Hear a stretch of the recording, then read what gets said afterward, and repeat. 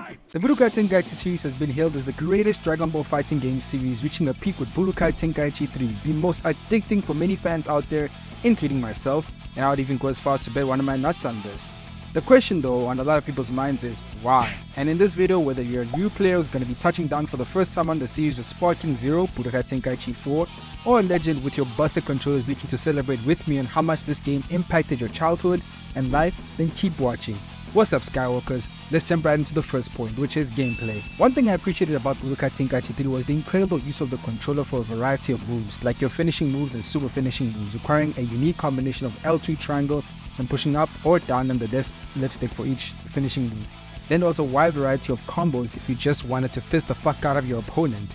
And there were really long combos that I remember using as a kid against my friends, and some of them would immediately drop the controller but still come back the following day because they wanted to learn, and how they praised the game because of all the crazy combinations that I spent hours trying to engrave into my mind, which stopped me from touching grass for a good chunk of my childhood. Stop it. Get some help. But you know what? I was fulfilled. I was happy. If you can relate, let me know in the comment section of how you traumatize your friends. And jumping right into the second point, being clashes or clashes in general. Oh yes, where all good controllers go to die. That was truly an epic experiment to do, as Goku transforms, his blast got bigger and more devastating. Same thing with Vegeta.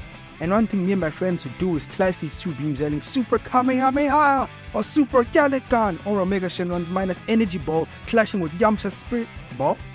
Oh wait, that never clashed. But it was honestly such a sight to behold if you looked at how huge some of these balls of energy were and tried to slash them with a beam. It just really emphasized on how powerful the characters we were using were. Like these near god individuals just roughing it out, being controlled by some 10-year-olds on a PlayStation 2. Speaking of which, third point, area devastation. Now this was the real icing on the donut, the real cheese on the macaroni. Haha. Oh fuck, I'm hungry. What? Anyway, this is the real powerhouse showcase of the game. If you aim the beam at the planet, or if your beam or energy ball was from one of these freakishly powerful characters and it landed on you, the game would show the usual color impact and damage taken. Then another explosion would follow and flash a space where you get a view at how powerful the blast was, that it could be seen from space and how much it was just tearing the planet apart, with the lightning and the scorching spreading across. Then another flashback to the fight where everything changed completely, and now you have to adapt to a new environment. This really refreshed your immersion in the battle, as these fights could be long depending on how many characters you pick, how many health bars you had, and how good each player battling was. And I'll be honest, this was the period where you had to wipe your hands because of how freakishly sweaty you got. Yeah, it was that deep. Speaking of damage, loathing damage. Oh, sweet battle damage. What is any good planet-busting battle without any visual damage to the characters?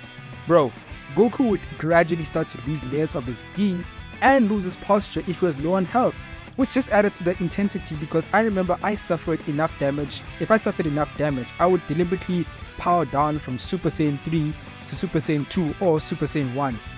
Or base even, because that's something that would happen to Goku in the anime. He would struggle to maintain the form the more that he got damaged and he kept on losing power. And I would emulate that shit even though I was losing. It's just fun losing. Damn, Budokai Tenkaichi actually made being a loser or losing a match fun.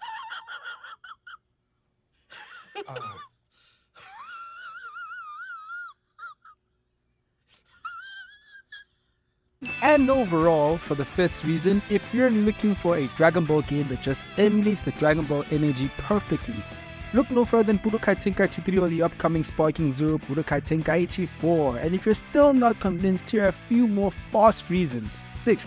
A choice of health bars. If there's one thing that's disappointed me in the recent Dragon Ball games, it's the lack of health bars, which made it difficult to use every form in the course of one battle. Like, let me pummel my opponent, let me pummel this dirtbag with every single form that Goku's got, from full white health bars to orange, near dead, and make him taste real despair. 7. A point battle system. This would basically be the destruction point system, team battle system that you would use in Budokai Tenkaichi 3, which was 20, but then in Sparking Zero it's going to be 15, and basically force people to use a combination of powerful characters which use more points and weak characters which use less points. So it's either you go at it as Gogeta Super Saiyan 4, or you at Goku alone, or you depend on the weak skills of 5 characters and try to push each character through the amount of health that they provided you with. 8. The story is very well done and uniquely done, with what ifs actually implemented in there.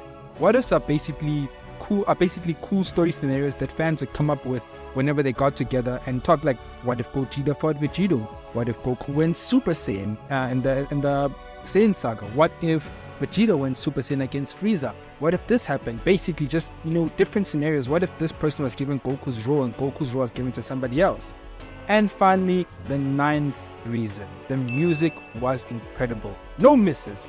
I think a lot of the best music we've ever received in Dragon Ball games came from the Budokai series, the Budokai Tenkaichi series, and even the one that we never speak of, the one that we act like it never existed, Ultimate Tenkaichi,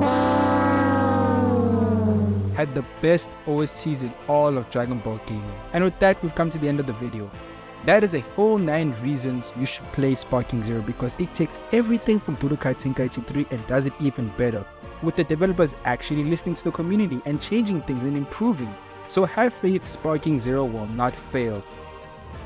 Either it will be just as good as Budokai Tenkaichi 3 or even more beyond. But either way, this is peak Dragon Ball gaming, ladies and gentlemen. If you want more news around gaming, like and subscribe for more updates on this gaming. Like and subscribe for more updates on this and more gaming content. And always remember,